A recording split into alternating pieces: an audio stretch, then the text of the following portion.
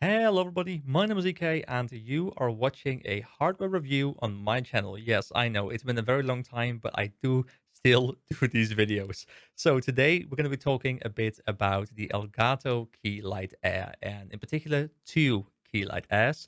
I have one to my right, I have one to my left. And currently you are looking at the Elgato key lights being off. So don't worry if you thought this was the horrible quality of the Elgato Key Light Air. Don't worry, I'm going to show you turning them on in just a moment, but I do want to have a fair comparison of what it looks like when they're off, as opposed to what they look like when they're on, because that's kind of the point of having a lighting review. So first of all, I want to quickly break down what lights I'm using right now, just so you can kind of contrast it to what lights you will be using at your own place. So first of all, up, I have a ceiling lamp.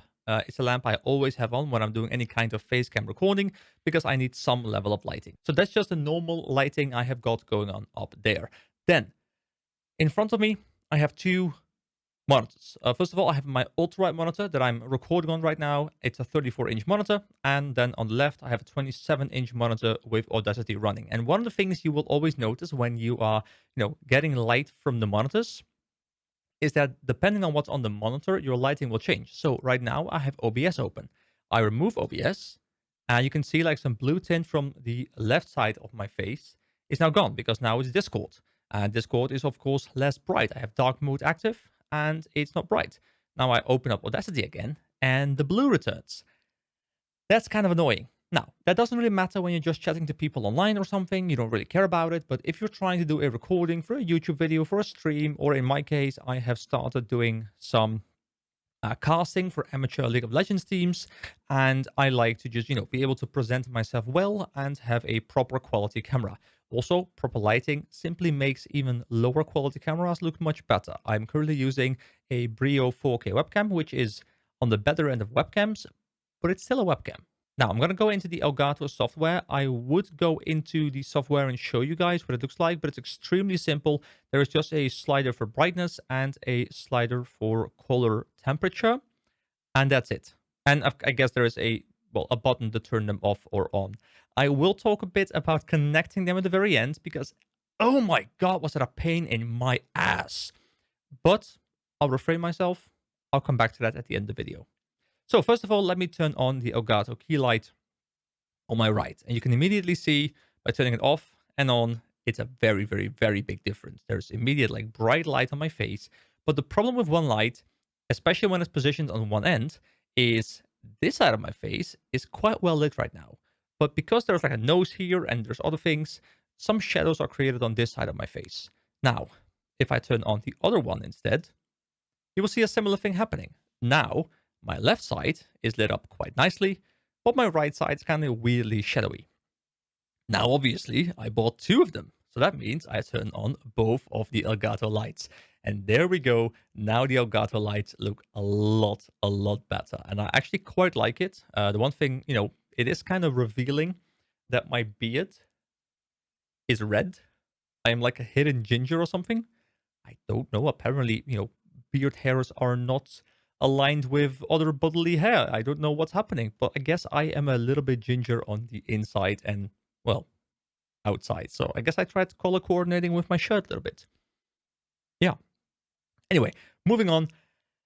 You have a couple options here. So what I can do initially is I can adjust the color temperature. Right now it is on 5500 Kelvin, which is generally accepted by most people according to what I read online. Because obviously I like reading online and just trying to see what other people are doing and then trying to see if it works for me as well. And people are saying about 5.5K is roughly what makes most people look quite all right.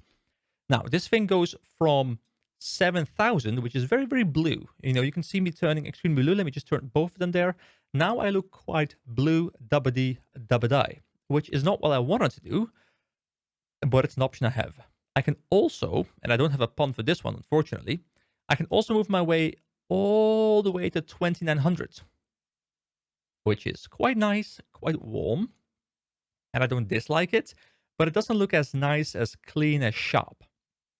So moving back, so you can move, you have like a nice slider over here. You can see that I can move the color temperature quite a bit. Let me move it back to the 5.5K mark, which is here. So this is what I had it on just now. And obviously, once again, if I turn them both off, this is the lighting before. And initially I was like, well, my lighting isn't that bad, right? But when I looked at myself for a while with the newer lighting, and then I went back to this lighting, I'm like, dude, am I like in the shadows? I can barely even see myself. And now, bam, they're back on. And now I look nice and sharp, and you can see every single weird thing in my face. Yes, I love it. Anyway, there isn't just the color temperature slider. Yeah, slider. What is this video? Am I going to edit these things out? Probably not. So you also have a brightness slider. Now, the brightness for me, I have both of them at 50% right now. I was trying to experiment a little bit because obviously going brighter and brighter and brighter generally gives you more detail. But there's two downsides. One, you don't want your face to just turn into white because I'm quite pale myself. And if I just put like a lot of very bright light on my face, I'm going to start looking like some sort of weird ass zombie. And I don't want that. Also, there's not a downside. These lights, while they are kind of in my peripheral vision, they're not right in front of me. They're still aiming at me. And that does mean that if I have my lights extremely bright, and I can show you how bright they can get. So one moment, let me put them both up to 100%. And I guess this might look better in some way. My face might be a little bit overblown right now, but it still looks very high quality. And you can see a lot of detail in my face. And I'm not sure you want to, but there you go. You know, I'm gifting you the presence of my face. But the problem is that I'm still having to look in this general direction. And while they are in my peripheral vision, well, you guys know what it's like when, you know, you're looking in a specific direction and you're not looking into the sun, but the sun is still like in the corner of your eye, and you're like, you know, that's kind of hurting my eye a little bit. That's kind of what I'm getting right here because these things get extremely bright. And yes, there is some technology here that kind of like diffuses the light to make it like spread very evenly. And these things are quite expensive. They're 110 euros each. So I bought them for 220 for the package. You know, there are more expensive lights, but this definitely is not very cheap. The technology in there, supposedly, I mean, I don't know about the technical aspects of it. Like, I don't really care about that too much, but supposedly there's like multiple layers and they cause the light to kind of like evenly spread across the surface they are beaming at, which makes it so that, you know, the light is very evenly spread across my face, which, I mean, so far, like, I'm the kind of person, like, I like knowing why things work certain ways, but I care more about what is actually happening and what I'm actually seeing. And I'm seeing exactly what they're describing I should be seeing. So, hey, I'll take that. Also, I can put them down to very low brightness. So, I mean, obviously, I can put them at 0%. Oh, sorry. They go down to 3%. So, this is off, and this is 3%. So there's still a little bit of light coming through, but you know, at 3%, they don't really offer anything. I suppose if I could turn off the light, hold on one moment. Ah, yes, here we go. So now you're looking at me with, actually, the difference should be bigger now. Yeah, if I turn them off, you know, I am now in complete darkness. Welcome to my room. Anyway, you know, this is obviously what people look like when they're recording in the middle of the night and I don't have any lighting, and all I have, like, literally everything that's lighting me right now is my screens. And now I even closed my Audacity, and now it's just Discord and OBS lighting me. There's absolutely no light coming from my screens except for like a little bit of dark mode lighting. So now we can properly see what these things do in a very dark scenario. And I'm actually completely going through this review without any prep whatsoever. So, you know, if I'm rambling, welcome. That's my channel. Anyway, here we go. So this is on at 3%. So it's actually, even at 3%, when there's no other light sources coming in, I mean, I do like having one light source at the top of me, just so I have like some backlighting, and like my hair is like slightly lit up, which does make it look a little bit nicer, I do think. But, you know, you don't need that. Like, this works perfectly fine. And then I can also move, you know, one of them to like 10%, the other to 10%. I mean, this works. They're both at only 10%, and I'd say this works perfectly fine. Now, obviously, you know, I want to move back to 50% where I was at initially. And now I should look almost identical to what it looked like previously. And I'm going to turn back on the ceiling lamp just so you can see the difference of what happens when you do have a ceiling lamp. Like, my hair It doesn't look very. It doesn't look bad, I guess, but it's a little bit dark. So hold on one moment. Once again,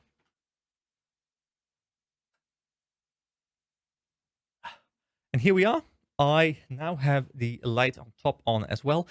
I like it for two reasons. I mean, first of all, my hair lights up a little bit, which makes the light more evenly spread, which I do think looks a little bit more pleasant. But that's probably different per person.